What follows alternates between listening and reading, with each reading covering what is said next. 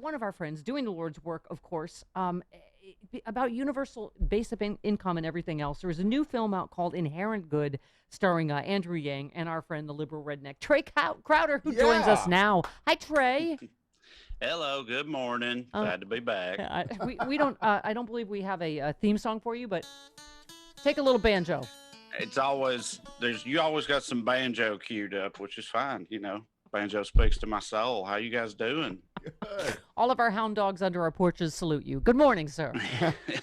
Yeah, yeah, and good Um, morning it is. Bright-eyed and bushy-tailed. Yeah, we were talking about how you learned about Ruth Bader Ginsburg's passing live on the air while you were taping Bill Maher on Friday. And Yeah, yeah, that yeah. One you of the you more were all surreal of us. The experiences. look on your face was all of us, Trey. Yeah, no, it was obviously horrible. One of the more surreal experiences of my life. I was telling y'all before we started earlier. It's true.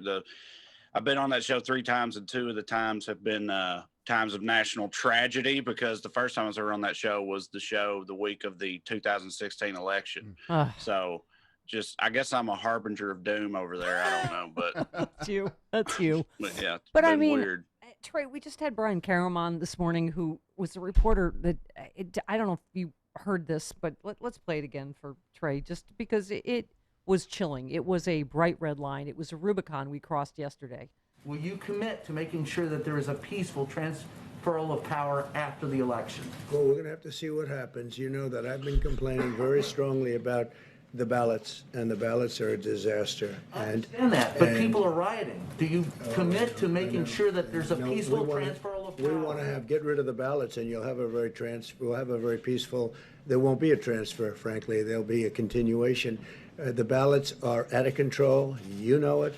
And you know who knows it better than anybody else? The Democrats know it better than anybody else. Okay.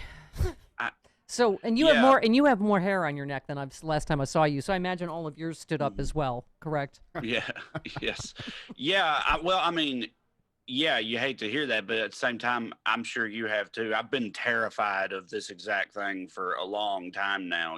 Like he's basically just telling everybody, like, he's gonna do whatever he can to, not accept the results of the election or not leave peacefully or whatnot. And like you said, the ballots are out of whack or whatnot. I don't even know what does that mean Exactly. specifically? Exactly. No, everyone's like, what's he talking about? He just says, like, the ballots are all wrong. It's like, what?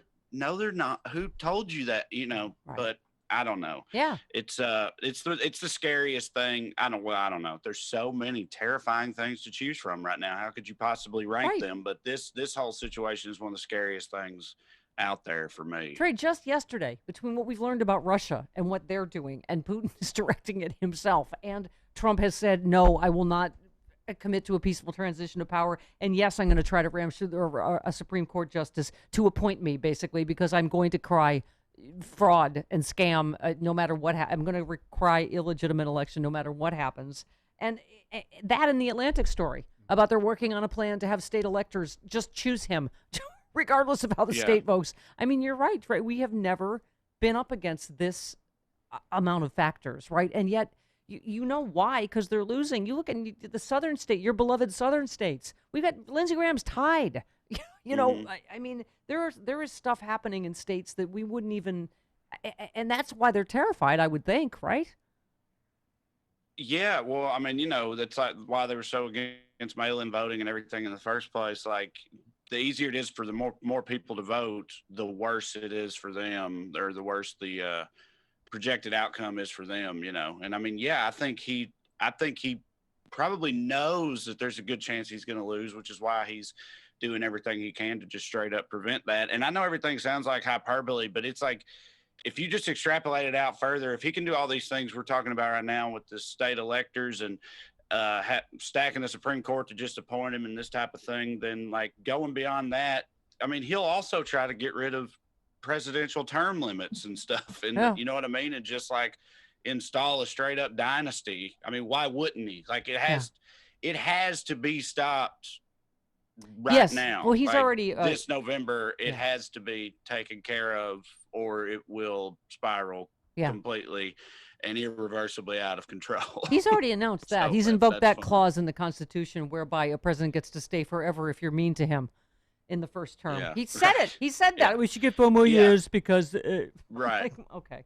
Yeah, we weren't fair to him in his first term, so he deserves Right. a Trump dynasty forever. Yes, exactly. Let's talk about the film. So it's a 60-minute exploration of universal basic income through our shared values, hopes, and visions of building a better tomorrow. So you take us on a journey of the South, right, to examine that universal basic income through personal stories of perseverance, firsthand accounts from participants in the 12-month basic income pilot program.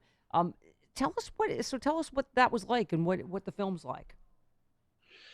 I mean, I feel like the best way that I could describe it is it sort of puts a real human face on this idea of UBI and what it could do or why it's needed. You know, it makes it less of like an academic exercise and more of a, you know, seeing the human side of it. A lot of it takes place in my hometown, Salina, Tennessee, which I've talked a lot about before, but it was all the center of the town's economy for decades was this one big clothing factory that left in the 90s, and nothing else has ever come in since. And it just devastated the entire surrounding area. And that was the same time opioids showed up. And so it's just been desolation ever since.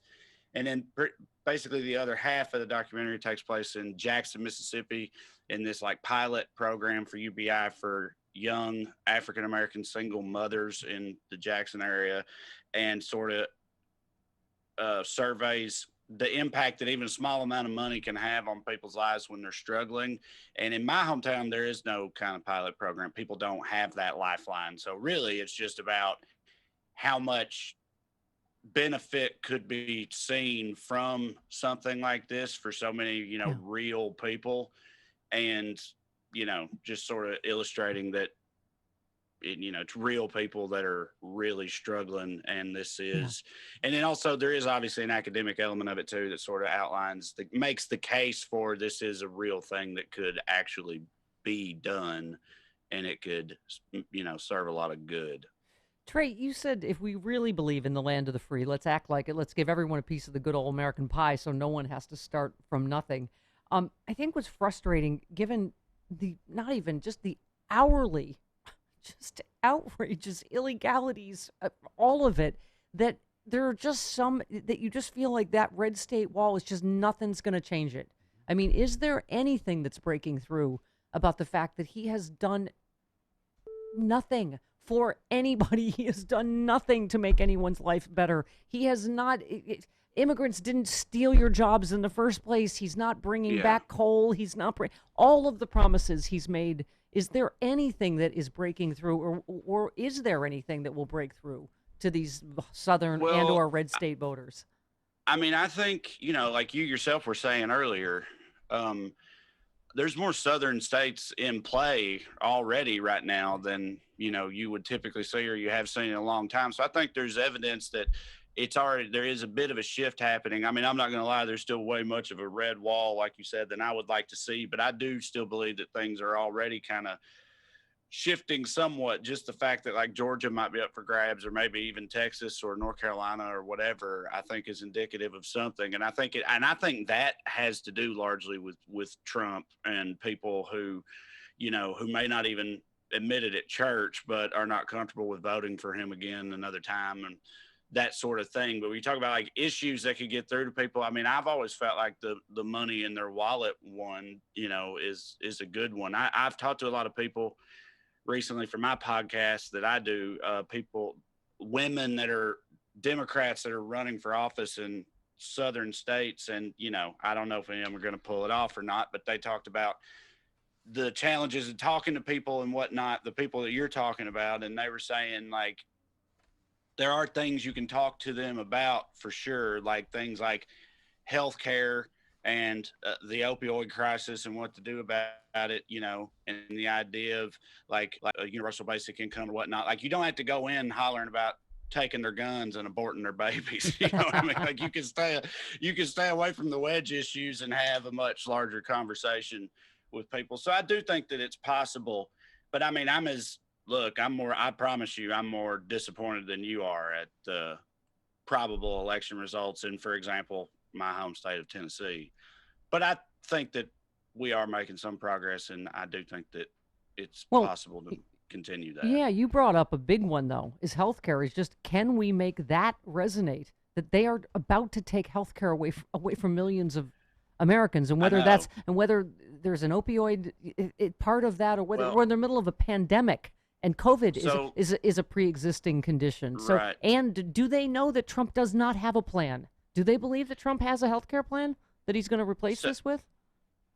I mean, I don't know how they could believe that. I'll say it that way. Although I'm sure plenty of them will still vote for him, even though they couldn't answer your question either. I don't know how they could believe that he has any kind of plan for that. And not like using my hometown as another example again. Our hospital has closed twice in the past calendar year. It closed down for a few months. They've managed to get it back opened up very briefly, and then it closed back down a couple of weeks ago. And even during this time of COVID. Yeah, right. Oh. And it's my hometown's an extremely rural area. Yeah. Like there's not a lot around there. Like that hospital is vitally important in my opinion, especially my 81-year-old Meemaw lives there. She's gonna have to go 2 counties over or whatever if she ever has to go to a hospital for anything. And I that's not an uncommon story in Tennessee. Tennessee's had a rash of rural hospitals that have closed, and like I don't know how these people can't be more open to a discussion about the reality of the healthcare situation. And the people I've talked to say to me that they are, but that, that's one of the ways that you can, Trae, I hope that's a door you can open and talk to them. Yeah. You hope there's so many things you hope that one of them will sink in. I mean, the story, from the Pence advisor that said, and that it's true, that Trump said, oh, maybe COVID's a good thing. I don't have to shake hands with those people. They're disgusting. I mean, if you're listening in a red state, he thinks you're disgusting. Mm-hmm. He wouldn't even shake your hand. So, you can call us coastal elites all you want, but I think at some point, No, one of my last Liberal Redneck video I made, the one before last, actually, the entire point of it was called Trump Hates Poor White People. And the whole point of it was talking to these people in my hometown and telling them, just so you know, he's disgusted by you. He does not care about you. He hates you. He thinks you're suckers. He thinks you're suckers and losers. Yeah, because it's true. Yeah. He ain't golfing with you. The film is Inherent Good, starring our good friend, the Liberal Redneck. Trae, thanks as always for taking time, and keep fighting that good fight in those. I'll do what I can. In those hound dog. Thank you very much. Those hound dog states. Thanks. Thanks, Stephanie. Always a pleasure. Thank you, honey. All right.